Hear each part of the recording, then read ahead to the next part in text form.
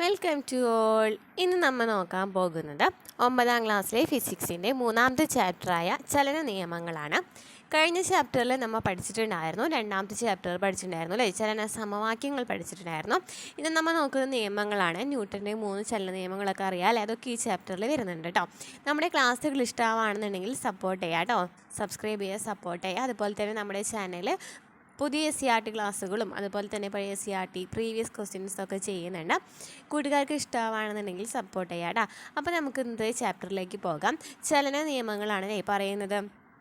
ഇവിടെ നോക്കിയേ, 2 ടീം നൽകിയിട്ടുണ്ട് അല്ലേ. ഈ 2 ടീമുകളും അങ്ങോട്ടും ഇങ്ങോട്ടും വടം വലിക്കുകയാണല്ലേ ചെയ്യുന്നത്.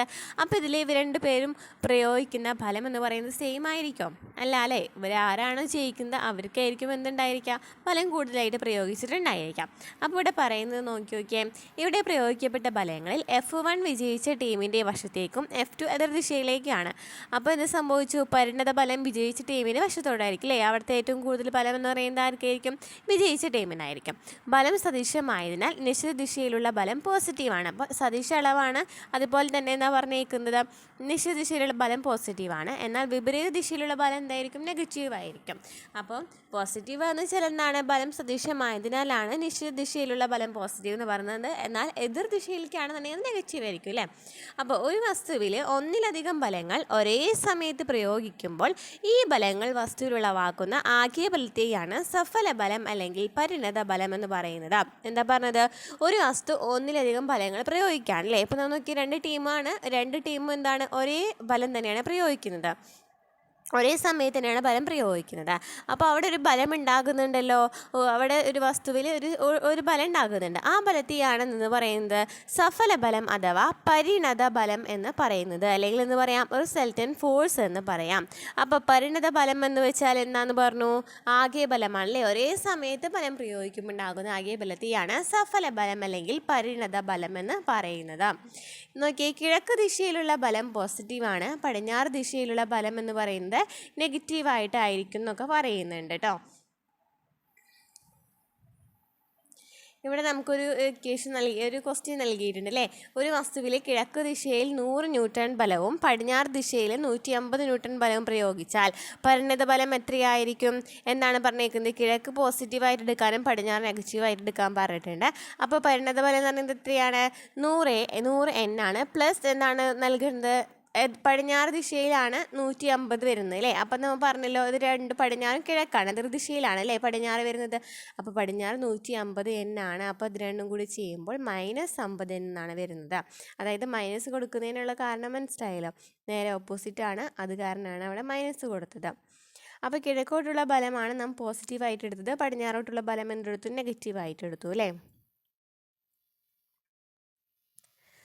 ഒരു വസ്തുവിൽ അനുഭവപ്പെടുന്ന പരിണത ഫലം 0 പ്രയോഗിക്കപ്പെട്ട ഫലങ്ങളെ സന്തുലിത ഫലങ്ങൾ എന്നാണ് പറയുന്നത്. അപ്പോൾ ബാലൻസ്ഡ് ഫോഴ്സ് അല്ലെങ്കിൽ സന്തുലിത ഫലങ്ങൾ എന്ന് വെച്ചാൽ എന്താണ്, ഒരു വസ്തുവിൽ അനുഭവപ്പെടുന്ന പരിണത ഫലം 0 പരിണത ഫലം നമ്മൾ പറഞ്ഞു അല്ലേ, ഇത് 0 പ്രയോഗിക്കപ്പെട്ട ഫലങ്ങളെയാണ് സന്തുലിത ഫലങ്ങൾ എന്ന് പറയുന്നത്. അപ്പോൾ അവിടെ പ്രയോഗിക്കപ്പെട്ട ഫലങ്ങളെയാണെന്ന് പറഞ്ഞത് സന്തുലിത ഫലങ്ങൾ എന്ന് പറഞ്ഞത്. ഇത്തരം ഫലങ്ങൾക്ക് നിശ്ചലാവസ്ഥയിലുള്ള ഒരു വസ്തുവിനെ ചലിപ്പിക്കുവാനോ ചലനാവസ്ഥയിലുള്ള ഒരു വസ്തുവിനെ ചലനദിശയ്ക്കോ വേഗത്തിനോ മാറ്റം വരുത്തുവാനോ കഴിയില്ല. അപ്പോൾ എന്താ പറഞ്ഞത്, ഇത്തരം ഫലങ്ങൾക്ക് നിശ്ചലാവസ്ഥയിലുള്ള ഒരു വസ്തുവിനെ ചലിപ്പിക്കാൻ പറ്റില്ല, അതുപോലെ തന്നെ ചലനാവസ്ഥയിലുള്ള ഒരു വസ്തുവിനെ ദിശയ്ക്ക് മാറ്റം വരുത്താനോ പറ്റില്ല. ഏത് ഫലങ്ങൾ, സന്തുലിത ഫലങ്ങൾ എന്ന് പറയുന്നത്. അപ്പോൾ നമ്മൾ എന്തിവിടെ പറഞ്ഞു, ഒരു വസ്തുവിൽ അനുഭവപ്പെടുന്ന പരിണത ഫലം 0 പ്രയോഗിക്കപ്പെട്ട ഫലങ്ങളെയാണ് സന്തുലിത ഫലങ്ങൾ എന്ന് പറയുന്നത്. ഇത്തരം ഫലങ്ങൾക്ക് നിശ്ചലാവസ്ഥയിലുള്ള വസ്തുവിനെ ചലിപ്പിക്കുവാനോ അല്ലെങ്കിൽ ചലനശീലുള്ളതിനെ ചലിപ്പിക്കുവാനോ അല്ലെങ്കിൽ ദിശ മാറ്റാനൊന്നും കഴിയില്ല. ഇനി എന്താണ് അസന്തുലിത ഫലങ്ങളെന്ന് വെച്ചാൽ, അസന്തുലിത ഫലങ്ങളെന്ന് വെച്ചാൽ എന്താണ് നോക്കാം. ഒരു വസ്തുവിൽ അനുഭവപ്പെടുന്ന പരിണത ഫലം 0 അല്ലെങ്കിൽ പ്രയോഗിക്കപ്പെട്ട ഫലങ്ങളെ അസന്തുലിത ഫലങ്ങൾ എന്നാണ് പറയുന്നത്. ഇത്തരം ഫലങ്ങൾക്ക് നിശ്ചലാവസ്ഥയിലുള്ള ഒരു വസ്തുവിനെ ചലിപ്പിക്കുവാനും ചലനാവസ്ഥയിലുള്ള ഒരു വസ്തുവിൻ്റെ ചലനദിശയ്ക്കോ വേഗത്തിനോ മാറ്റം വരുത്തുവാനും കഴിയും. അപ്പം ഇവിടെ പറഞ്ഞത്, ഒരു വസ്തുവിന് അനുഭവപ്പെടുന്ന പരിണത ഫലം എന്ന് പറയുന്നത് 0 പ്രയോഗിക്കപ്പെട്ട ഫലങ്ങളെയാണ് എന്ന് പറയുന്നത് അസന്തുലിത ഫലങ്ങൾ എന്ന് പറയുന്നത്. ഇത്തരം ഫലങ്ങൾക്ക് നിശ്ചലാവസ്ഥയിലുള്ള ഒരു വസ്തുവിനെ ചലിപ്പിക്കുവാനും ചലനാവസ്ഥയിലുള്ള ഒരു വസ്തുവിൻ്റെ ചലനദിശയ്ക്കോ വേഗത്തിനോ മാറ്റം വരുത്തുവാനും കഴിയും. അപ്പം ഒരു വസ്തുവിൽ അസന്തുലിത ബാഹ്യബലം പ്രയോഗിച്ചാൽ ആ വസ്തുവിനെ നിശ്ചലാവസ്ഥയ്ക്കോ ചലനാവസ്ഥയ്ക്കോ ചലനദിശയ്ക്കോ വേഗത്തിനോ മാറ്റം വരുത്തുവാനോ അതിനുള്ള പ്രവണത ഉളവാക്കുവാനോ കഴിയും. ഈ മാറ്റം അസന്തുലിത ബലത്തിൻ്റെ ദിശയിലായിരിക്കും എന്ന് പറയുന്നുണ്ട്. അപ്പോൾ നമ്മൾ പറഞ്ഞല്ലോ അസന്തുലിത ബലം സന്തുലിത ബലം പറഞ്ഞു അല്ലേ. അസന്തുലിത ബലം എന്ന് വെച്ചാൽ നമ്മൾ പറഞ്ഞു പൂജ്യമല്ല എന്നുണ്ടെങ്കിലാണ് അസന്തുലിത ബലം എന്ന് പറയുന്നത്. പിന്നെ എന്താ ഇവിടെ പറഞ്ഞത് നമ്മെ അവിടെ ദിശ ഒക്കെ മാറ്റാനായിട്ട് കഴിയും എന്നൊക്കെ പറഞ്ഞു അല്ലേ. അസന്തുലിത ബലത്തിലെ അസന്തുലിത ബലം ബാഹ്യബലം പ്രയോഗിക്കുകയാണെന്നുണ്ടെങ്കിൽ, അതായത് ബാഹ്യബലം എന്ന് വെച്ചാൽ പുറത്താണ് അല്ലേ, വസ്തുവിനെ പുറത്തു നിന്നാണ് ബലം നൽകുന്നത്. അപ്പോൾ അങ്ങനെ പുറത്ത് നൽകുന്ന ബലങ്ങളെയാണെന്ന് പറയുന്നത് ബാഹ്യബലങ്ങൾ എന്ന് പറയുന്നത്. ഈ ബാഹ്യബലം എന്ന് പറയുന്നത് നമുക്ക് അസന്തുലിതമാകാം അല്ലെങ്കിൽ സന്തുലിതമാകാം, പൂജ്യമാകാം പൂജ്യം അല്ലാതിരിക്കുക അല്ലേ. അപ്പോൾ ഒരു വസ്തുവിലെ അസന്തുലിത ബാഹ്യബലം പ്രയോഗിച്ചാൽ ആ വസ്തുവിൻ്റെ നിശ്ചലാവസ്ഥയ്ക്കോ ചലനാവസ്ഥയ്ക്കോ ചലനദിശയ്ക്കോ വേഗത്തിനോ മാറ്റം വരുത്തുവാനോ അതിനുള്ള പ്രവണത ഉളവാക്കുവാനോ കഴിയില്ലേ. എല്ലാത്തിലും വ്യത്യാസം വരുത്തുവാനായിട്ട് പറ്റും. എന്തിന്? അസന്തുലിത ബാഹ്യബലം പ്രയോഗിക്കുകയാണെന്നുണ്ടെങ്കിൽ ഈ മാറ്റം അസന്തുലിത ബലത്തിൻ്റെ ദിശയിലായിരിക്കും. അസന്തുലിത ബലത്തിൻ്റെ ദിശയിലായിരിക്കും ഈ മാറ്റം എന്ന് പറയുന്നത്. അപ്പോൾ നമ്മൾ പഠിച്ചു ഇവിടെ എന്ത് പറഞ്ഞു? ബലം എന്ന് പറയുന്നത് ബാഹ്യബലമുണ്ട്, ആന്തരിക ബലമുണ്ട്. ബാഹ്യബലത്തിൽ സന്തുലിത ബാഹ്യബലമുണ്ട്, അതുപോലെ തന്നെ ആന്തരിക ബാഹ്യബലമുണ്ട്. അസന്തുലിത ബാഹ്യബലമുണ്ട്, അതുപോലെ തന്നെ ആന്തരിക ബലത്തിലാണെങ്കിൽ അതുപോലെ തന്നെ സന്തുലിത ബലമാണുള്ളത്. അപ്പോൾ നമ്മൾ പഠിച്ചു തന്നെയുണ്ട് ഇവിടെ ഫ്ലോ ചാർട്ടായിട്ട് നൽകിയിട്ടുള്ളത്. ഇനി ഗലീലിയോനെ കുറിച്ചിട്ടാണ് പറയുന്നത്. ഗലീലിയോയുടെ നിരീക്ഷണങ്ങളാണ് പറയുന്നത്. അപ്പോൾ നമുക്ക് നോക്കാം ഗലീലിനെ കുറിച്ചിട്ട്. ഗലീലിയോ ഗലീലി ജന്മസ്ഥലം ഇറ്റലിയിലെ പിസയാണ്. കുട്ടിക്കാലം മുതൽ ഗലീലിയോക്ക് ഗണിതത്തിലും തത്വചിന്തയിലും താല്പര്യമുണ്ടായിരുന്നു. 1581 ആദ്യത്തെ ശാസ്ത്രഗ്രന്ഥമായ ദി ലിറ്റിൽ ബാലൻസ് എന്ന പുസ്തകത്തിൽ ആപേക്ഷിക സാന്ദ്രത കണ്ടെത്തുന്നതിനുള്ള ആർക്കിമിഡീസ് രീതി അദ്ദേഹം എഴുതി. തൻ്റെ സ്വന്തം ദൂരദർശിനിയിലൂടെ ശനിയെയും ശുക്രനെയും നിരീക്ഷിച്ച് എല്ലാ ഗ്രഹങ്ങളും സൂര്യനെ ചുറ്റുന്നതായി വാദിച്ചു. ചെരിവുതലങ്ങൾ ഉപയോഗിച്ചുള്ള പരീക്ഷണങ്ങളിലൂടെ അദ്ദേഹത്തിന് ജഡത്വത്തെക്കുറിച്ച് ചില സൂചനകൾ നൽകുവാൻ കഴിഞ്ഞു. അപ്പോൾ എന്താണ് ഗലീലിയോ ഗലീലിനെ കുറിച്ച് പറയുന്നത്? ഇറ്റലിയിലെ പിസയിലാണ് ജന്മസ്ഥലം. കുട്ടിക്കാലം മുതൽ ഗലീലിയോയ്ക്ക് ഗണിതത്തിലും തത്വചിന്തയിലും താല്പര്യമുണ്ടായിരുന്നു. 1581 ആദ്യത്തെ ശാസ്ത്രഗ്രന്ഥമായ ദ ലിറ്റിൽ ബാലൻസിലെ ആദ്യത്തെ ശാസ്ത്രഗ്രന്ഥം എന്താണ്? ദ ലിറ്റിൽ ബാലൻസ് എന്ന പുസ്തകത്തിൽ ആപേക്ഷിക സാന്ദ്രത കണ്ടെത്തുന്നതിനുള്ള ആർക്കിമിഡീസ് രീതി അദ്ദേഹം എഴുതി. തൻ്റെ സ്വന്തം ദൂരദർശിനിയിലൂടെ ശനിയെയും ശുക്രനെയും നിരീക്ഷിച്ച് എല്ലാ ഗ്രഹങ്ങളും സൂര്യനെ ചുറ്റുന്നതായി വാദിച്ചു. ചെരിവുതലങ്ങൾ ഉപയോഗിച്ചുള്ള പരീക്ഷണങ്ങളിലൂടെ അദ്ദേഹത്തിന് ജഡത്വത്തെക്കുറിച്ച് ചില സൂചനകൾ നൽകുവാനായിട്ട് കഴിഞ്ഞു. അപ്പം ചലിക്കുന്ന ഒരു വസ്തുവിനെ നിശ്ചലമാക്കുവാൻ ചലനത്തിൻ്റെ എതിർദിശയിൽ അസന്തുലിത ബാഹ്യബലം പ്രയോഗിക്കണം അല്ലേ. അപ്പോൾ നമുക്കറിയാലോ, നമ്മൾ ഒരു ബോൾ മൂവ് ചെയ്യുകയാണ്. അപ്പോൾ നമുക്ക് അവിടെ ആ ബോൾ നിർത്തണം എന്നുണ്ടെങ്കിൽ അതിൻ്റെ ഓപ്പോസിറ്റായിട്ട് നമ്മൾ എന്ത് ചെയ്യണം? ഒരു ബലം പ്രയോഗിക്കണം അല്ലേ, ബാഹ്യബലം പ്രയോഗിക്കണം. അപ്പോൾ അതാണ് പറയുന്നത്, ചലിക്കുന്ന ഒരു വസ്തുവിനെ നിശ്ചലമാക്കുവാനായിട്ട് ചലനത്തിൻ്റെ എതിർദിശയിൽ അസന്തുലിത ബാഹ്യബലം പ്രയോഗിക്കണം. ഒരു വസ്തുവിനെ സമവേഗത്തിലുള്ള നേർരേഖാചലനം നിലനിർത്തുന്നതിന് ഒരു അസന്തുലിത ബാഹ്യബലം ആവശ്യമില്ല. എന്താ പറയുന്നത്? ഒരു വസ്തുവിനെ സമവേഗത്തിലുള്ള നേർരേഖാചലനം നിലനിർത്തുന്നതിന് ഒരു അസന്തുലിത ബാഹ്യബലം ആവശ്യമില്ല. ഒരു വസ്തുവിനെ സമവേഗത്തിലുള്ള നേർരേഖാചലനം നിലനിർത്തുന്നതിന് ഒരു അസന്തുലിത ബാഹ്യബലം എന്തില്ല? ആവശ്യമില്ല. ഒരു വസ്തുവിൻ്റെ ചലനാവസ്ഥയ്ക്കോ നിശ്ചലാവസ്ഥയ്ക്കോ മാറ്റം വരുന്നതിന് ഒരു അസന്തുലിത ബാഹ്യബലം ആവശ്യമാണല്ലേ. നമ്മൾ പറഞ്ഞല്ലോ, നമുക്കൊരു ചലിക്കുന്ന വസ്തുവിനെ നിശ്ചലാവസ്ഥയിലാക്കുന്നതിനും അല്ലെങ്കിൽ നിശ്ചലാവസ്ഥയിൽ ഇരിക്കുന്ന ഒരു വസ്തുവിനെ നമുക്ക് ചലനാവസ്ഥയിലാക്കുവാനും വേണ്ട ഒരു ബാഹ്യബലം പ്രയോഗിക്കണം. അതായത് നമ്മളൊരു പന്ത് അല്ലെങ്കിൽ ഒരു ടോയ് കാർ നമ്മൾ ഉരുട്ടി വിടാണെന്നുണ്ടെങ്കിൽ നമ്മൾ അത് ചലിപ്പിക്കുന്നതിന് വേണ്ടി ഒരു ബാഹ്യബലം പ്രയോഗിക്കണം. അതുപോലെ തന്നെ നിർത്തുന്നതിന് വേണ്ടി എന്ത് പ്രയോഗിക്കണം? ബാഹ്യബലം പ്രയോഗിക്കണം. അതാണ് എന്താ പറയുന്നത്? ഒരു വസ്തുവിൻ്റെ ചലനാവസ്ഥയ്ക്കോ നിശ്ചലാവസ്ഥയ്ക്കോ മാറ്റം വരുത്തുന്നതിന് ഒരു അസന്തുലിത ബാഹ്യബലം ആവശ്യമാണ്. ഇനി എന്താണ് ന്യൂട്ടൻ്റെ ഒന്നാം ചലന നിയമം എന്ന് പറയുന്നത്? Newton's first law of motion എന്ന് വെച്ചാൽ എന്താണ്? അസന്തുലിതമായ ബാഹ്യബലത്തിന് വിധേയമാകുന്നതുവരെ ഓരോ വസ്തുവും നിശ്ചലാവസ്ഥയിലോ നേർരേഖയിലുള്ള സമചലനത്തിലോ തുടരും. ഇതാണ് ന്യൂട്ടൻ്റെ ഒന്നാം ചലന നിയമം.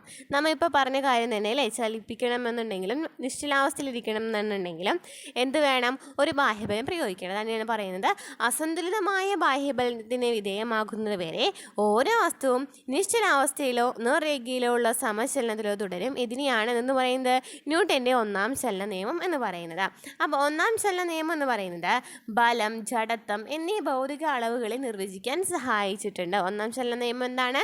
ബലം, ജഡത്വം എന്നീ ഭൗതിക അളവുകളെ നിർവചിക്കാനായിട്ട് സഹായിച്ചിട്ടുണ്ട്. അപ്പം എന്താണ് ബലം എന്ന് വെച്ചാൽ? എന്താണ് ബലം?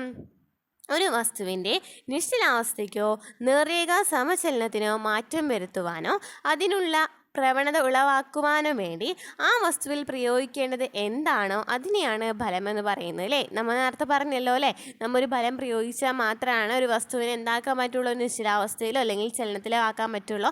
അതിനു വേണ്ടി പ്രയോഗിക്കുന്ന ഒരു സംഭവം ഉണ്ടല്ലോ, അതിനെയാണെന്ന് പറയുന്നത് ബലം എന്ന് പറയുന്നത്. അപ്പോൾ ഒരു വസ്തുവിനെ നിശ്ചലാവസ്ഥയ്ക്കോ നേർരേഖ സമചലനത്തിനോ മാറ്റം വരുത്താനോ അതിനുള്ള പ്രവണത ഉളവാക്കുവാനോ വേണ്ടി ആ വസ്തുവിൽ പ്രയോഗിക്കേണ്ടത് എന്താണോ അതിനെയാണെന്ന് പറയുന്നത് ബലം എന്ന് പറയുന്നത്. ഇനി എന്താണ് ജഡത്വം എന്ന് പറയുന്നത്? ജഡത്വത്തിനെ കുറിച്ച് നിർവചിക്കാനൊക്കെ ഈ ഒന്നാം ചലന നിയമം കൊണ്ട് സഹായിച്ചിട്ടുണ്ട്. അപ്പോൾ എന്താണ് ജഡത്വം എന്ന് പറയുന്നത്?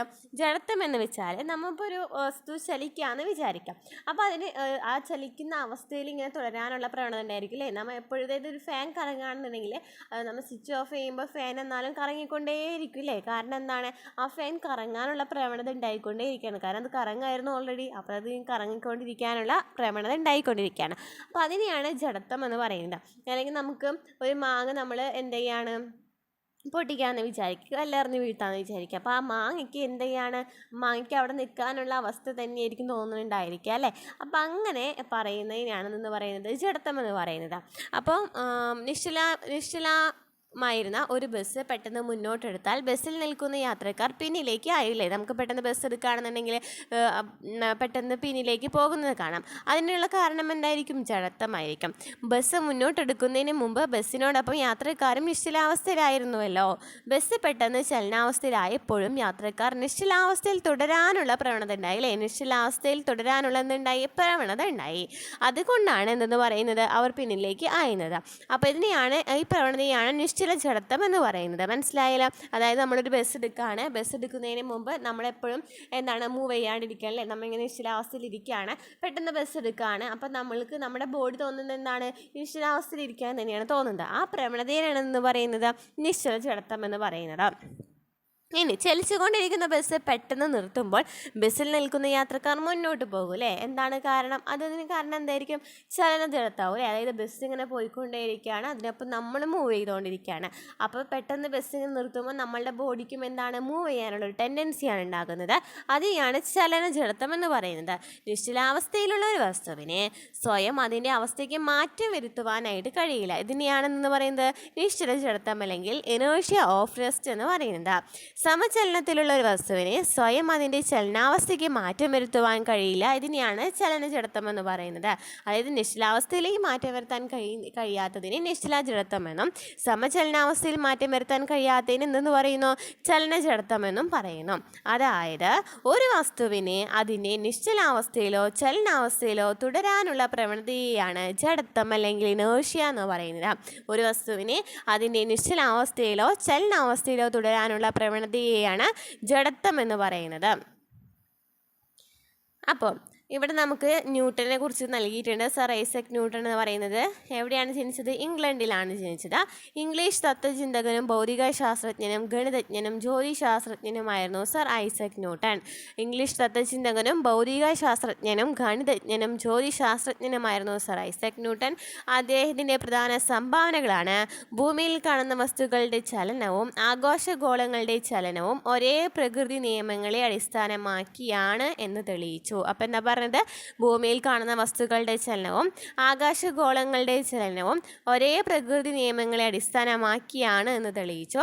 അതുപോലെ തന്നെ പ്രിൻസിപ്പിയ മാത്തമാറ്റിക്ക എന്ന പേരിൽ അദ്ദേഹം പ്രസിദ്ധീകരിച്ച ഗ്രന്ഥത്തിൽ, പ്രിൻസിപ്പിയ മാത്തമാറ്റിക്ക ആരുടെയാണ്? സർ ഐസക് ന്യൂട്ടൻ്റെയാണ് പ്രിൻസിപ്പിയ മാത്തമാറ്റിക്ക എന്ന് പറയുന്നത്. ആ ഗ്രന്ഥത്തിൽ അദ്ദേഹം പ്രസിദ്ധീകരിച്ച ഗ്രന്ഥത്തിൽ എന്തൊക്കെ പറയുന്നുണ്ട്? ഗുരുത്വാകർഷണം, അതുപോലെ തന്നെ ചലന നിയമങ്ങൾ എന്നിവയെക്കുറിച്ച് വിശദീകരിക്കുന്നുണ്ട്. ഗുരുത്വാകർഷണം, ചലന നിയമങ്ങൾ എന്നിവയെക്കുറിച്ച് വിശദീകരിക്കുന്നുണ്ട്. ഈ ഗ്രന്ഥം ഇന്നും ബലതന്ത്രത്തിൻ്റെ അടിസ്ഥാനശിലയാണ്. പ്രകാശത്തിൻ്റെ കണികാ സിദ്ധാന്തവും കാൽക്കുലസും അദ്ദേഹത്തിൻ്റെ സംഭാവനയാണ്. കാൽക്കുലസിൻ്റെ പിതാവെന്നറിയപ്പെടുന്ന ഇദ്ദേഹമാണ് ആദ്യമായിട്ട് റിഫ്ലക്റ്റിംഗ് ടെലിസ്കോപ്പ് നിർമ്മിച്ചത്. റിഫ്ലക്റ്റിംഗ് ടെലിസ്കോപ്പ് നിർമ്മിച്ചത് ആരാണ്? സർ ഐസക് ന്യൂട്ടൺ ആണ്. അപ്പോൾ അദ്ദേഹത്തിൻ്റെ പ്രിൻസിപ്പിയ മാത്തമാറ്റിക്സ് എന്ന് പറയുന്ന ബുക്ക് ഇമ്പോർട്ടൻ്റ് ആണ്, പഠിച്ചു വെക്കാം കേട്ടോ. അപ്പോൾ നമ്മൾ പറഞ്ഞു അല്ലേ, നിശ്ചല ജഡത്വം എന്ന് വെച്ചാൽ എന്താണ്? ഒരു ബസ് പെട്ടെന്ന് മുന്നോട്ടെടുത്താൽ ബസ്സിൽ നിൽക്കുന്ന യാത്രക്കാർ പിന്നോട്ടായെന്നോ. ചലനജഡത്വം എന്ന് പറഞ്ഞു? നിരപ്പായ തറയിൽ ഉരുട്ടുവിട്ട പന്ത് മുന്നോട്ട് പോയിക്കൊണ്ടേയിരിക്കുന്നു. അതിനെയാണ് ചലനജഡത്വം എന്ന് പറയുന്നത്. ഇനി മാസും ജഡത്വവും തമ്മിൽ എന്തെങ്കിലും ബന്ധമുണ്ടോ എന്നാണ് നമ്മൾ നോക്കാൻ പോകുന്നത്. മേശപ്പുറത്ത് പേപ്പർ വെക്കുക. അപ്പോൾ അതായത് നമ്മൾ ഒരു പേപ്പർ വെക്കുകയാണ്, എന്നിട്ട് ആ പേപ്പറിൻ്റെ മുകളിൽ നമ്മൾ ഒരു കുപ്പി വെച്ചിട്ട് നമ്മൾ കുറേ എക്സ്പെരിമെൻറ്റിൽ കണ്ടിട്ടുണ്ടായിരിക്കുമല്ലോ അല്ലേ? ഇങ്ങനെ നമ്മൾ കുപ്പി അനക്കാണ്ട് നീക്കാണ്ട് എന്ത് ചെയ്യണം? ഇതെടുക്കണം, ആ പേപ്പർ എടുക്കണം അല്ലേ? അപ്പോൾ എന്ത് സംഭവിക്കും? പെട്ടെന്ന് വലിക്കുകയാണെന്നുണ്ടെങ്കിൽ കുപ്പി എന്തെങ്കിലും മറിഞ്ഞ് വീഴില്ല. കാരണം എന്തായിരിക്കും? ഏതിനായിരിക്കും? ഏത് കുപ്പിക്കായിരിക്കും മാസ് കൂടുതലുണ്ടായിരിക്കാം? നിറഞ്ഞിരിക്കുന്ന കുപ്പിക്കായിരിക്കും അല്ലേ മാസ് കൂടുതലുണ്ടായിരിക്കാം. അതായത് ഒരു കാലിക്കുപ്പിയും ഒരു നിറഞ്ഞിരിക്കുന്ന കുപ്പിയാണെന്നുണ്ടെങ്കിൽ നിറഞ്ഞിരിക്കുന്ന കുപ്പിക്കായിരിക്കും എന്തുണ്ടായിരിക്കാം? മാസ് കൂടുതലുണ്ടായിരിക്കാം. അപ്പോൾ അവിടെ ആയിരിക്കും എന്തുണ്ടായിരിക്കുക? കൂടുതൽ ജഡത്വം അനുഭവപ്പെടുന്നത്. അപ്പോൾ നമുക്ക് മനസ്സിലായി ഏതിനാണോ മാസ് കൂടുതലുള്ളത് അതിനെയാണ് എന്തുണ്ടായിരിക്കുക? ജഡത്വം കൂടുതലുണ്ടായിരിക്കുക. ഏതിനാണോ കൂടുതൽ മാസ് ഉള്ളത് അതിന് ജഡത്വം കൂടുതലായിരിക്കും. അതിനവിടെ ഇരിക്കുവാനുള്ള ടെൻഡൻസി കൂടുതലായിരിക്കും. അതായത് നമ്മളിപ്പോൾ എന്താ പറഞ്ഞേ, ഇപ്പം 2 കുപ്പികളുണ്ടെന്ന് വിചാരിക്കുക. ഈ 2 കുപ്പികളിലും എന്താണ്? ഒരു കുപ്പിയിൽ ഫുള്ള് വെള്ളം വെച്ചിട്ടുണ്ട്, ഒരു കുപ്പിയിൽ എന്തില്ല? വെള്ളമൊന്നുമില്ല. അപ്പോൾ ആ കുപ്പിയുടെ അടിയിൽ എന്ത് വെച്ചിട്ടുണ്ട്? ഒരു പേപ്പർ വെച്ചിട്ടുണ്ടെന്ന് വിചാരിക്കുക. നമ്മൾ ഈ 2 കുപ്പിയുടെ അടിയിലും പേപ്പർ വെച്ചിട്ടുണ്ടെന്ന് വിചാരിക്കുക. പേപ്പർ പെട്ടെന്ന് വലിക്കാമെന്ന് വിചാരിക്കാം. അങ്ങനെയാണെന്നുണ്ടെങ്കിൽ എന്ത് സംഭവിക്കും? ഒഴിഞ്ഞ കുപ്പി ചിലപ്പോൾ വീഴാം അല്ലേ, പക്ഷേ ഈ നിറഞ്ഞിരിക്കുന്ന കുപ്പി വീഴോ? ഇല്ല. കാരണം എന്താണ്? അവിടെ മാസ് നന്നായിട്ടുള്ളത് ഈ കുപ്പിക്കാണ്. അപ്പോൾ മാസ് കൂടാണെന്നുണ്ടെങ്കിൽ അവിടെ എന്ത് സംഭവിച്ചു? ജഡത്വം കൂടി അല്ലേ? അതിന് അവിടെ നിൽക്കാനുള്ള ടെൻഡൻസി കൂടി. അതെന്തോ പറയുന്നത്? മാസ് കൂടുമ്പോൾ എന്ത് സംഭവിക്കും? ജഡത്വവും കൂടുമെന്ന് മനസ്സിലാക്കാം. ഇനി എന്താണ് മൊമെൻറ്റം എന്ന് പറയുന്നത്? തെങ്ങിൽ നിന്നും തേങ്ങ കൃഷിയിടത്തിൽ ഇളക്കിയിട്ടിരിക്കുന്ന മണ്ണിലേക്ക് പതിച്ചാൽ അവിടെ കുഴി ഉണ്ടാവും അല്ലേ? ഈ മണ്ണിൽ തേങ്ങ ഉണ്ടാക്കിയ ആഘാതമല്ലതിന് കാരണം അല്ലേ? തേങ്ങ നല്ല സ്പീഡിൽ വന്ന കാരണമാണ്, അതിൻ്റെ ആഘാതം കാരണമാണ് അവിടെ കുഴി ഉണ്ടായത്. ഇതേ തേങ്ങ എടുത്ത് വളരെ സാവധാനം വെച്ചാൽ കുഴി ഉണ്ടാവില്ല അല്ലേ? അപ്പോൾ അതിനെന്തായിരിക്കും കാരണം എന്ന് പറയുന്നത്? ഇങ്ങനെ ചലിക്കുന്ന വസ്തുവിൻ്റെ ഒരു സവിശേഷതയാണ് മൊമെൻറ്റം എന്ന് പറയുന്നത്. ചലിക്കുന്ന ഒരു വസ്തുവിൻ്റെ സവിശേഷതയാണ് മൊമെൻറ്റം എന്ന് പറയുന്നത്. ചലിക്കുന്ന വസ്തുക്കൾക്ക് മാത്രമല്ല ഇത്തരം ആഘാതം ഉണ്ടാക്കാൻ കഴിയുന്നത്. അപ്പോൾ ചലിക്കുന്ന വസ്തുക്കൾക്ക് മാത്രമാണ് എന്തുണ്ടാക്കാൻ കഴിയുന്നത്? ഈ മൊമെൻ്റ് ഉണ്ടാക്കാൻ കഴിയുന്നത് അല്ലേ? മൊമെൻ്റ് എന്ന് വെച്ചാൽ എന്താണ്? ചലിക്കുന്ന വസ്തുവിൻ്റെ സവിശേഷതയാണ് ഈ മൊമെൻ്റം എന്ന് പറയുന്നത്. അപ്പോൾ അതാണ് പറഞ്ഞത്, ചലിക്കുന്ന വസ്തുക്കളുടെ സവിശേഷതയാണ് മൊമെൻ്റ് എന്ന് പറയുന്നത്. അത് കാണാനുള്ള ഇക്വേഷൻ അറിയാമോ? കാണാനുള്ള ഇക്വേഷൻ എന്ന് പറയുന്നത് P = mv കേട്ടോ. P = mv ആണ് ഇക്വേഷൻ. P എന്ന് വെച്ചാൽ എന്താണ്? മൊമെൻറ്റത്തെയാണ് പറയുന്നത് P എന്ന് പറയുന്നത്. അപ്പോൾ നമ്മൾ ഇവിടെ പഠിച്ചു മൊമെൻറ്റം എന്താണെന്ന് വെച്ചു ചലനത്തിനുള്ള അതിനെയാണ് നമ്മൾ ചലനത്തിൻ്റെ ഒരു എന്താണെന്ന് പറഞ്ഞു ഒരു പ്രത്യേകതയാണ് മൊമെൻറ്റം എന്ന് പറയുന്നത്. അതുപോലെ തന്നെ ചലിച്ചുകൊണ്ടിരിക്കുന്ന വസ്തുക്കളുടെ മാസോ പ്രവേഗമോ വർദ്ധിക്കുമ്പോൾ ഉളവാക്കുന്ന ആഘാതം കൂടെ നമുക്കറിയാം അല്ലേ? വസ്തുക്കളുടെ മാസ് അല്ലെങ്കിൽ പ്രവേഗം വേഗം കൂടുകയാണെന്നുണ്ടെങ്കിൽ ആഘാതം കൂടും. ഈ തേങ്ങയുടെ എക്സാമ്പിൾ തന്നെ ആലോചിച്ചാൽ മതി. ചലിച്ചുകൊണ്ടിരിക്കുന്ന വസ്തുവിൻ്റെയും മാസിൻ്റെയും പ്രവേഗത്തിൻ്റെയും ഗുണനഫലമാണ് അതിൻ്റെ മൊമെൻറ്റം എന്ന് പറയുന്നത്. അതായത് P = mv അല്ലേ? P = mv ആണ്. P എന്ന് വെച്ചാൽ നമ്മൾ പറഞ്ഞു മൊമെൻറ്റത്തിനെയാണ് പറയുന്നത്. M എന്ന് വെച്ചാൽ മാസാണ്. നമ്മൾ പറഞ്ഞില്ലേ മാസ് കൂടുമെന്ന് പറഞ്ഞു. മാസ് കൂടുമ്പോൾ മൊമെൻറ്റവും കൂടും. അതുപോലെ തന്നെ ഇത് ഡിപ്പെൻഡഡ് ആണ്. അതുപോലെ തന്നെ വേഗം കൂടുകയാണെങ്കിൽ ഇപ്പോൾ തേങ്ങയുടെ സ്പീഡ് കൂടുകയാണെന്നുണ്ടെങ്കിൽ എന്ത് സംഭവിക്കും? തേങ്ങയുടെ സ്പീഡ് നമ്മൾ തേങ്ങ ഇപ്പോൾ വല്ല മെച്ചിങ് അല്ലെങ്കിൽ കുഞ്ഞി വലിയ സാധനമാണ്, അതിന് എന്തില്ല? വേഗതയില്ല. വെറുതെ ഇങ്ങനെ ഇട്ടു അല്ലെങ്കിൽ വെറുതെ അവിടെ വെക്കുകയാണെന്നുണ്ടെങ്കിൽ വേഗതയില്ല എന്നുണ്ടെങ്കിൽ എന്തെങ്കിലും സംഭവിക്കുകയില്ല അല്ലേ? അവിടെ കുഴി രൂപപ്പെടില്ല. അപ്പോൾ അതാണ് പറയുന്നത് മാസ് എന്ന് പറയുന്നതും അതുപോലെ തന്നെ വേഗവും എന്ന് പറയുന്നത് മൊമെൻറ്റത്തിനെ ഡിപ്പെൻഡ് ചെയ്യുന്നുണ്ട്. അതായത് P = mv ആണ് ഇവരുടെ ഗുണനഫലമാണ്. അപ്പോൾ മൊമെൻറ്റം എന്ന് പറയുന്നത് എന്താണ്? സദിശ അളവാണ്. മൊമെൻറ്റം എന്ന് പറയുന്നത് ഒരു സദിശ അളവാണ്. കാരണം ദിശ ചേർത്ത് പറയുന്നവയാണ്. പ്രവേഗത്തിൻ്റെ ദിശയാണ് അതിൻ്റെ ദിശ എന്ന് പറയുന്നത്. നമുക്കറിയാമല്ലേ പ്രവേഗത്തിന് ദിശയുണ്ടെന്ന് നമ്മൾ കഴിഞ്ഞ ക്ലാസ്സിൽ പറഞ്ഞിട്ടുണ്ടായിരുന്നു. അപ്പോൾ പ്രവേഗം എന്ന് പറയുന്നത് ഒരു സദിശ അളവാണ്. അത് കാരണം നമുക്കിവിടെ എന്ത് പറയാം? മൊമെൻറ്റം എന്ന് പറയുന്നതും ഒരു സദിശ അളവാണെന്ന് നമുക്ക് പറയാം അല്ലേ? ഓക്കെ ആണല്ലോ. ഇനി നമുക്കറിയാം മൊമെൻറ്റത്തിന് യൂണിറ്റ് കാണുന്നതിനായിട്ട് മാസിൻ്റെ യൂണിറ്റ് ഇൻറ്റു പ്രവേഗത്തിൻ്റെ യൂണിറ്റ് നോക്കിയാൽ മതിയെന്ന്. അപ്പോൾ മാസിൻ്റെ യൂണിറ്റ് എന്ന് വെച്ചാൽ എന്താണ്? കിലോഗ്രാം ആണ് അല്ലേ? മാസ് എന്ന് വെച്ചാൽ എന്താണ്? കിലോഗ്രാം ആണ്. അതുപോലെ തന്നെ പ്രവേഗത്തിൻ്റെ യൂണിറ്റ് എന്ന് വെച്ചാൽ എന്താണ്? പ്രവേഗത്തിൻ്റെ യൂണിറ്റ് എന്ന് വെച്ചാൽ എന്താണ്? m/s ആണ് അല്ലേ? m/s ആണ്. അപ്പോൾ നമുക്ക് എന്ത് മനസ്സിലായി? ഇവിടുത്തെ മൊമെൻറ്റത്തിൻ്റെ യൂണിറ്റ് എന്ന് വെച്ചാൽ കിലോഗ്രാം മീറ്റർ പെർ സെക്കൻഡ് ആണ്. കിലോഗ്രാം മീറ്റർ പെർ സെക്കൻഡ് ആണ്. ഇനി മൊമെൻ്റെ വ്യത്യാസ നിരക്ക് അല്ലെങ്കിൽ rate of change of momentum കാണുന്നതിനുള്ള ഇക്വേഷൻ എന്ന് പറയുന്നത് എന്താണ്? മൊമെൻ്റെ വ്യത്യാസം ബൈ സമയം. എന്താണ്? മൊമെൻ്റെ വ്യത്യാസം ബൈ സമയം. സമയത്തെ നിരക്ക് എന്ന് വെച്ചാൽ എന്നാൽ ഡിവൈഡഡ് ചെയ്യാം കേട്ടോ. സമയത്തിന് ഡിവൈഡ് ചെയ്യാൻ നിരക്ക് എന്ന് പറയുന്നത്. അപ്പോൾ മൊമെൻ്റെ വ്യത്യാസ നിരക്ക് എന്ന് പറയുമ്പോൾ എന്താ? മൊമെൻറ്റത്തിൻ്റെ വ്യത്യാസം ബൈ നിരക്ക് അല്ലേ, അതായത് ബൈ സമയം എന്ന് ചെയ്യുകയാണെന്നുണ്ടെങ്കിൽ നമുക്ക് മൊമെൻ്റെ വ്യത്യാസ നിരക്ക് കണ്ടുപിടിക്കുന്നതിനായിട്ട് പറ്റും. ഓക്കെ, ക്ലിയർ ആണല്ലോ. അപ്പോൾ അതാണ് ന്യൂട്ടൻ്റെ ഒന്നാം ചലന നിയമം എന്ന് പറയുന്നത്. ഇനി എന്താണ് ന്യൂട്ടൻ്റെ രണ്ടാം ചലന നിയമം എന്ന് പറയുന്നത്? ഒരു വസ്തുവിന് ലഭിച്ച ബലം കൂടുതലെങ്കിൽ മൊമെൻ്റെ വ്യത്യാസ നിരക്ക് കൂടുതലായിരിക്കും. എന്താണ് പറയുന്നത്? ഒരു വസ്തുവിന് ലഭിച്ച ബലം കൂടുതലാണെന്നുണ്ടെങ്കിൽ മൊമെൻ്റെ വ്യത്യാസ നിരക്കും കൂടുതലായിരിക്കും. ഇതാദ്യമായിട്ട് പ്രസ്താവിച്ചത് സർ ഐസക് ന്യൂട്ടൺ ആണ്. ഇതാണ് ന്യൂട്ടൻ്റെ രണ്ടാം ചലന നിയമം എന്ന് പറയുന്നത്. ഒരു വസ്തുവിന് ബലം കൂടുതലാണെന്നുണ്ടെങ്കിൽ മൊമെൻ്റെ വ്യത്യാസ നിരക്കും കൂടുതലായിരിക്കും. ഇതിനെയാണ് രണ്ടാം ചലന നിയമം എന്ന് പറയുന്നത്. അല്ലാന്നുണ്ടെങ്കിൽ എന്ത് പറയാം? ഒരു വസ്തുവിനുണ്ടാകുന്ന മൊമെൻ്റെ വ്യത്യാസ നിരക്ക് ആ വസ്തുവിൽ പ്രയോഗിക്കുന്ന അസന്തുലിത ബാഹ്യബലത്തിന് നേർ അനുപാതത്തിലായിരിക്കും. ആ വസ്തുവിന് പ്രയോഗിക്കുന്ന അസന്തുലിത ബാഹ്യബലം നമ്മൾ പറഞ്ഞല്ലോ. ഈ അസന്തുലിത ബാഹ്യബലത്തിന് നേർ അനുപാതത്തിലായിരിക്കും മൊമെൻ്റെ വ്യത്യാസ നിരക്ക് എന്ന് പറയുന്നത്. മൊമെൻ്റെ വ്യത്യാസം ഉണ്ടാക്കുന്നത് പരിണിത ബലത്തിൻ്റെ ദിശയിലായിരിക്കും. മൊമെൻ്റെ വ്യത്യാസം ഉണ്ടാക്കുന്നത്. അപ്പോൾ എന്താ പറഞ്ഞത്? ന്യൂട്ടൻ്റെ രണ്ടാം ചലന നിയമം എന്ന് വെച്ചാൽ ഒരു വസ്തുവിനുണ്ടാകുന്ന മൊമെൻ്റെ വ്യത്യാസ നിരക്ക് എന്ന് പറയുന്നത് ആ വസ്തുവിൽ പ്രയോഗിക്കുന്ന അസന്തുലിത ബാഹ്യബലത്തിന് നേർ അനുപാതത്തിലായിരിക്കും. മൊമെൻ്റെ വ്യത്യാസം ഉണ്ടാകുന്നത് പരിണിത ബലത്തിൻ്റെ ദിശയിലായിരിക്കും. അതായത് നമുക്കറിയാം മൊമെൻ്റെ വ്യത്യാസ നിരക്ക് എന്ന് പറയുന്നത് എന്താണ്? m/v/u/t അല്ലേ. നമ്മൾ പറഞ്ഞല്ലോ നേരത്തെ മൊമെൻ്റെ വ്യത്യാസം കാണുന്നതിനായിട്ട് m പുറത്തേക്ക് എടുത്തു, v/u/t എന്ന് എഴുതിട്ടോ. m/v/u/t എന്ന് എഴുതോ. നമ്മൾ പറഞ്ഞു അത് ഈക്വൽ ടു എന്തായിരിക്കും? അസന്തുലിത ബാഹ്യബലത്തിന് നേർ അനുപാതത്തിലാണെന്ന് പറഞ്ഞു അല്ലേ. അപ്പോൾ അസന്തുലിത ബാഹ്യബലം അല്ലെങ്കിൽ ബലത്തിൻ്റെ ഇക്വേഷൻ എന്താണ്? ma ആണ് അല്ലേ. ma ആണ്. അപ്പോൾ നമുക്ക് ന്യൂട്ടൻ്റെ രണ്ടാം ചലന നിയമം അനുസരിച്ച് നമുക്ക് എന്ത് നേടാനായിട്ട് പറ്റും? നമുക്ക് എന്ത് ചെയ്യാനായിട്ട് പറ്റും? നമുക്ക് എങ്ങനെയാണ് എം എന്നുള്ള F = m എന്ന് പറയുന്നതാണ് ബലത്തിന് നിർവചനം നൽകുന്ന ഇക്വേഷനാണ് ന്യൂട്ടൻ്റെ രണ്ടാം ചലന നിയമമാണ്. അപ്പോൾ എങ്ങനെയാണ് ബലം കണക്കാക്കുന്നതിനുള്ള സമവാക്യം നമ്മൾ കണ്ടുപിടിച്ചത്? m/v- മൊമെൻ്റെ വ്യത്യാസ നിരക്ക് എന്ന് പറയുന്നത് ബലത്തിന് ഈക്വൽ ആണെന്ന് പറഞ്ഞു. അതായത് m/v/u/t എന്ന് പറയുന്നതാണ് എന്തെന്ന് പറയുന്നത്? F എന്ന് പറയുന്നത്. അതായത് നമ്മൾ ന്യൂട്ടൻ്റെ രണ്ടാം ചലന നിയമം വഴി നമ്മൾ പറഞ്ഞു ഒരു അസന്തുലിത ബാഹ്യബലം എന്ന് പറയുന്നത് മൊമെൻ്റത്തിന് നേർ അനുപാതത്തിലായിരിക്കും എന്ന് പറഞ്ഞു. അപ്പോൾ അസന്തുലിത ബാഹ്യബലം എന്ന് പറയുന്നത് എന്താണ്? മൊമെൻ്റത്തിന് നേർ അനുപാതത്തിലാണെന്ന് പറഞ്ഞു. അപ്പോൾ F = ma എന്ന് പറയുന്ന ഇക്വേഷനാണ് നമുക്കിതിൽ നിന്ന് കിട്ടുന്നത്. അതിൽ നമുക്ക് ഈ സംഭവത്തിൽ നമ്മൾ നേർ അനുപാതത്തിലാകുന്ന ഡയറക്റ്റ് പ്രൊപ്പോർഷനിൽ ഈ സംഭവം മാറ്റുന്നതിനായിട്ട് നമ്മൾ ഈക്വൽ ഇട്ട് കൊടുക്കണമെന്നുണ്ടെങ്കിൽ എന്ത് ചെയ്യണം? F = ആ സംഭവത്തിന് നമ്മൾ പകരം നമുക്ക് k എന്നിട്ട് കൊടുക്കാം. എന്നിട്ട് m എന്ന് തന്നെ ഇട്ട് കൊടുക്കുക. അപ്പം നമുക്ക് k എന്ന് പറയുന്ന ഒരു സംഭവം കിട്ടില്ലേ. ഈ സംഭവം മാറ്റിയിട്ട് ഈക്വൽ ആക്കുന്നതിന് വേണ്ടിയിട്ടാണ് നമ്മൾ k ഇട്ട് കൊടുക്കുന്നത് കേട്ടോ.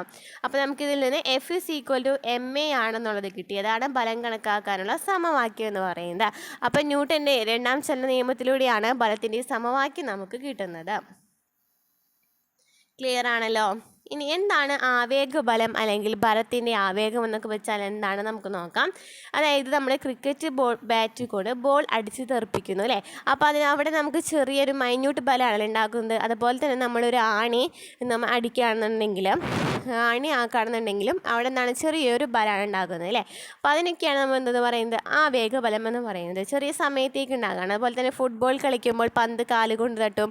അപ്പോൾ ഒക്കെ ചെറിയൊരു സമയത്തേക്ക് ഉണ്ടാകുന്ന ബലമാണ്. ഇവിടെയെല്ലാം വലിയ ബലം വളരെ ചെറിയ സമയത്തേക്കല്ല പ്രയോഗിക്കപ്പെടുന്നത്. അതായത് വലിയ ബലമാണ് ഉപയോഗിക്കപ്പെടുന്നത് അല്ലേ. നല്ല ഇപ്പം ബോളൊക്കെ തട്ടാണെന്നുണ്ടെങ്കിൽ നല്ല ബലത്തിലാണ് പ്രയോഗിക്കുന്നത്. പക്ഷെ എന്താണ്? ചെറിയ സമയത്തേക്കാണ്. അങ്ങനെ ചെറിയ സമയത്തേക്ക് പ്രയോഗിക്കപ്പെടുന്ന ബലത്തെയാണ് എന്തെന്ന് പറയുന്നത്? ആവേഗബലം അല്ലെങ്കിൽ ഇമ്പൾസീവ് ഫോഴ്സ് എന്ന് പറയുന്നത്. ഇത്തരം ബലത്തെയാണെന്ന് പറയുന്നത് ആവേഗബലം എന്ന് പറയുന്നത്. ഇത് വളരെ ചെറിയ സമയത്തേക്ക് പ്രയോഗിക്കുന്ന വലിയ ബലത്തെയാണ് ആവേഗബലം എന്ന് പറയുന്നത്. അപ്പം നമ്മൾ പറഞ്ഞ ചെറിയ സമയത്തേക്ക് പ്രയോഗിക്കപ്പെടുന്ന വലിയ ബലത്തെയാണ് ആവേഗബലം എന്ന് പറയുന്നത്. ഈ ബലത്തിൻ്റെയും സമയത്തിൻ്റെയും ഗുണനഫലമാണ് ബലത്തിൻ്റെ ആവേഗം എന്ന് പറയുന്നത്. അപ്പോൾ എന്താണ് ബലത്തിൻ്റെ ആവേഗം എന്ന് വെച്ചാൽ? ബലത്തിൻ്റെ ആവേഗബലം എന്ന് വെച്ചാൽ എന്താണ്? നമ്മൾ പറഞ്ഞു ബലം ഇൻറ്റു സമയമാണ് കേട്ടോ. അതായത് വളരെ ചെറിയ സമയത്തേക്ക് പ്രയോഗിക്കപ്പെടുന്ന വലിയ ബലം അല്ലേ. അപ്പോൾ നമുക്ക് അവിടെ ബലം എന്നുള്ളത് കിട്ടി, അതുപോലെ തന്നെ സമയം എന്നുള്ളത് കിട്ടി. അപ്പോൾ ബലം ഇൻറ്റു സമയമാണ് ബലത്തിൻ്റെ ആവേഗം കാണാനുള്ള ഇക്വേഷൻ എന്ന് പറയുന്നത് ബലം ഇൻറ്റു സമയമാണ്. അതായത് I=F×T ആണ്. അപ്പോൾ നമുക്ക് ഇതിൽ നിന്ന് നമുക്കൊരു ഇക്വേഷൻ കിട്ടും. ഫലം ഉണ്ടാക്കുന്ന ആവേഗത്തിൻ്റെ ഇക്വേഷൻ എന്ന് പറയുന്നത് MV - MU ആണെന്നുള്ളത് കിട്ടും. ഇവിടെ നമ്മൾ പറഞ്ഞു അല്ലേ, ബലം എന്ന് പറയുന്നത് എന്തിന് നേരാനുപാതത്തിലാണെന്ന് പറഞ്ഞു. ബലം എന്ന് പറയുന്നത് ചെറിയ സമയത്ത് ഉണ്ടാക്കുന്ന ബലമാണെന്ന് പറഞ്ഞു. അത് നമുക്ക് മൊമെൻറ്റുമായിട്ട് കണക്ട് ചെയ്യുകയാണ്. അപ്പോൾ മൊമെൻ്റായിട്ട് കണക്ട് ചെയ്യുകയാണെന്നുണ്ടെങ്കിൽ Ft=M×V - U/T എന്നുള്ളത് കിട്ടും. MV - U ഇത് പഠിച്ചു വെച്ചാൽ മതി. മൊമെൻ്റ് വ്യത്യാസം നിരക്ക് അല്ലെങ്കിൽ കാണുന്നതിനായിട്ട് ആവേഗം മൊമെൻറ്റം, അതായത് ചെറിയ ആവേഗ ബലം എന്നൊക്കെ കാണുന്നതിനുള്ള ഇക്വേഷനാണ് MV - MU. ഒരു ബലത്തിൻ്റെ ആവേഗവും അതുണ്ടാക്കുന്ന മൊമെൻ്റ് വ്യത്യാസവും തുല്യമാണെങ്കിൽ ഇതിനെ ആവേഗ മൊമെൻ്റ് തത്വം എന്ന് പറയുന്നു. ഒരു ബലത്തിൻ്റെ ആവേഗവും അതുപോലെ തന്നെ അതുണ്ടാക്കുന്ന മൊമെൻ്റ് വ്യത്യാസവും തുല്യമാണെന്നുണ്ടെങ്കിൽ അതിനെന്തെന്ന് പറയുന്നു? ആവേഗ മൊമെൻ്റ് തത്വം അല്ലെങ്കിൽ ഇമ്പൾസ് മൊമെൻ്റ് പ്രിൻസിപ്പിൾ എന്ന് പറയുന്നു. അപ്പോൾ രണ്ടാം ചലന നിയമം എന്താണെന്ന് മനസ്സിലായല്ലോ അല്ലേ? ഇനി നമുക്ക് ന്യൂട്ടൻ്റെ മൂന്നാം ചലന നിയമം എന്താണെന്ന് നോക്കാം. ന്യൂട്ടൻ്റെ മൂന്നാം ചലന നിയമത്തിൽ നമുക്ക് പറയുന്നത് ഏതൊരു ബലത്തിനും എന്താണ് തുല്യവും വിപരീതവുമായ ഒരു പ്രതിബലം ഉണ്ടായിരിക്കും. ഇതിനെയാണ് ന്യൂട്ടൻ്റെ ചലന നിയമം, ന്യൂട്ടൻ്റെ മൂന്നാം ചലന നിയമം എന്ന് പറയുന്നത്. ഏതൊരു ബലത്തിനും തുല്യവും വിപരീതവുമായ ഒരു പ്രതിബലം ഉണ്ടായിരിക്കും. അതായത് ഓരോ ബലവും ഒരു പ്രതിബലം ഉളവാക്കുന്നുണ്ട്. ഈ രണ്ട് ബലങ്ങളിൽ ഒന്നിനെ വസ്തുവിൽ പ്രയോഗിക്കപ്പെട്ട ബലമെന്നും രണ്ടാമത്തെ ബലത്തെ പ്രതിബലം എന്നും പറയും. നമുക്കറിയാം ഏതൊരു വസ്തുവിൽ എന്തുണ്ടാകുന്നുണ്ട്? ഒരു പ്രതിബലം ഉളവാകുന്നുണ്ട്. അതിൽ ആദ്യം തന്നെ പ്രയോഗിക്കപ്പെടുന്ന ബലത്തെയാണെന്നുണ്ടെങ്കിൽ എന്ന് പറയും പ്രയോഗിക്കപ്പെട്ട ബലം എന്ന് പറയും. മറ്റേ ബലത്തിന് എന്താണെന്ന് പറയും? രണ്ടാമത്തെ ബലത്തിൽ എന്ന് പറയും പ്രതിബലം എന്ന് പറയും. അങ്ങനെ രണ്ട് ബലവും കൂടി ഉണ്ടാകുന്നുണ്ട്. അപ്പോൾ ഏതൊരു ബലത്തിനും തുല്യവും വിപരീതവുമായ ഒരു പ്രതിബലം ഉണ്ടായിരിക്കും. ഇതാണ് ന്യൂട്ടൻ്റെ എന്ന് പറയുന്നത് മൂന്നാം ചലന നിയമം എന്ന് പറയുന്നത്. മുൻ സീറ്റുകൾ നിരക്കി നീക്കാവുന്നതിനാൽ പിൻ സീറ്റിലിരുന്ന് മുൻ സീറ്റിനെ തള്ളുമ്പോൾ നാം പൂർണ്ണമായും മുൻ സീറ്റിന് പുറത്തായതുകൊണ്ട് അതിൽ അസന്തുലിത ബാഹ്യബലം പ്രയോഗിക്കാൻ കഴിയണം. എന്നാൽ കാറിനകത്തിരുന്ന് കാറിനെ തള്ളുമ്പോൾ കൈകൊണ്ട് കാറിന് നൽകുന്ന അതേ അളവിൽ ബലം ശരീരം വഴി കാറിൻ്റെ പ്ലാറ്റ്ഫോമിൽ പ്രയോഗിക്കപ്പെടുന്നതിനാൽ അവ സന്തുലിതമായി മാറും. അതിനാൽ കാർ ചലിക്കില്ല. റോഡിൽ നിന്നുകൊണ്ട് കാറിനെ തള്ളുമ്പോൾ കാറിന് അസന്തുലിത ബാഹ്യം ലഭിക്കുന്നതിനാലാണ് കാറ് ചലിക്കുന്നത് അല്ലേ? നമ്മൾ കാറ് പെട്ടെന്ന് സ്റ്റോപ്പായി നമ്മൾ തള്ളുന്നതിനായിട്ട് നോക്കുകയാണെന്നുണ്ടെങ്കിൽ നമുക്ക് കാറിൻ്റെ ഉള്ളിൽ ഇരുന്നിട്ട് നീങ്ങാൻ ശരിയാവോ? ഇല്ല അല്ലേ? കാറ് നീങ്ങൂല. പക്ഷെ പുറത്തുനിന്ന് നിൽക്കുകയാണെന്നുണ്ടെങ്കിൽ നമ്മൾ ആ ബലം എന്ന് പറയുന്നത് മൊത്തം ആ കാറുമേക്ക് ഫുള്ള് തിരിച്ച് ആ ബലം പോകില്ലേ? അപ്പോൾ നമുക്ക് എന്ത് മനസ്സിലായി? പുറത്തുനിന്ന് ഉന്തിയാൽ മാത്രമാണ് കാർ നീങ്ങുള്ളൂ എന്ന് മനസ്സിലായി. അപ്പോൾ അതുപോലെ തന്നെയാണ് പറയുന്നത്. അതിന് കാരണമാണ് പറയുന്നത് നമ്മൾ പിൻ സീറ്റിലിരുന്നിട്ട് മുൻ സീറ്റിന് തള്ളാണെന്നുണ്ടെങ്കിൽ മുൻ സീറ്റിൽ എന്തുണ്ട്? ഒരു അസന്തുലിത ബാഹ്യബലം പ്രയോഗിക്കാൻ കഴിയും. എന്നാൽ കാറിനകത്തിരുന്ന് കാറിനെ തള്ളുമ്പോൾ കൈകൊണ്ട് കാറിന് നൽകുന്ന അതേ അളവിൽ ബലം ശരീരം വഴി കാറിൻ്റെ പ്ലാറ്റ്ഫോമിൽ പ്രയോഗിക്കപ്പെടും അല്ലേ? ആ ബലം തന്നെ കാറിൻ്റെ പ്ലാറ്റ്ഫോമിൽ പ്രയോഗിക്കപ്പെടും. അതായത് നമ്മൾ പ്രയോഗിക്കുന്ന ബലം നേരെ ഓപ്പോസിറ്റായിട്ട് ഇങ്ങോട്ടും കിട്ടുകയാണെന്നുണ്ടെങ്കിൽ വണ്ടി ചലിക്കില്ല. അപ്പോൾ എന്താണ് ബലവും പ്രതിബലവും എന്ന് വെച്ചാൽ? ബലവും പ്രതിബലവും ഒരേ സമയം വ്യത്യസ്ത വസ്തുക്കളിലാണ് അനുഭവപ്പെടുന്നത്. രണ്ട് വസ്തുക്കളിൽ ബലം അനുഭവപ്പെടുമ്പോൾ അവയിൽ ഒരു വസ്തുവിൽ അനുഭവപ്പെടുന്ന ബലം ആയും രണ്ടാമത്തെ വസ്തുവിൽ എതിർദിശയിലുളവാകുന്ന ബലം പ്രതിബലമായിട്ടും പരിഗണിക്കാം. ഇവ ജോഡികളായി മാത്രം പ്രവർത്തിക്കുന്നുള്ളൂ. ബലമുണ്ടെങ്കിൽ പ്രതിബലവും ഉണ്ടായിരിക്കും. അപ്പോൾ എന്താ പറഞ്ഞത്? ബലവും പ്രതിബലവും ഒരേ സമയം വ്യത്യസ്ത വസ്തുക്കളിലാണ് അനുഭവപ്പെടുന്നത്. രണ്ട് വസ്തുക്കളിൽ ബലം അനുഭവപ്പെടുമ്പോൾ അവയിൽ ഒരു വസ്തുവിൽ അനുഭവപ്പെടുന്നതിനെ ബലമെന്നും രണ്ടാമത്തെ വസ്തുവിൽ എതിർദിശയിലുളവാകുന്ന ബലത്തെ പ്രതിബലം എന്നും പറയണം. ഇവ ജോഡികളായിട്ട് പ്രവർത്തിക്കണം. ബലം ഉണ്ടെങ്കിൽ മാത്രമേ എന്തുണ്ടാവുള്ളൂ? പ്രതിബലവും ഉണ്ടാകുള്ളൂ. ഇത്രയാണ് ഈ ചാപ്റ്ററിൽ പറയുന്നത്. ക്ലാസ്സുകൾ ഇഷ്ടമായി എന്ന് വിചാരിക്കുന്നു. നമ്മുടെ ക്ലാസ്സുകൾ ഇഷ്ടമാവാൻ സബ്സ്ക്രൈബ് ചെയ്യുക, സപ്പോർട്ട് ചെയ്യുക, ലൈക്ക് ചെയ്യുക, കമൻറ്റ് ചെയ്യുക കേട്ടോ.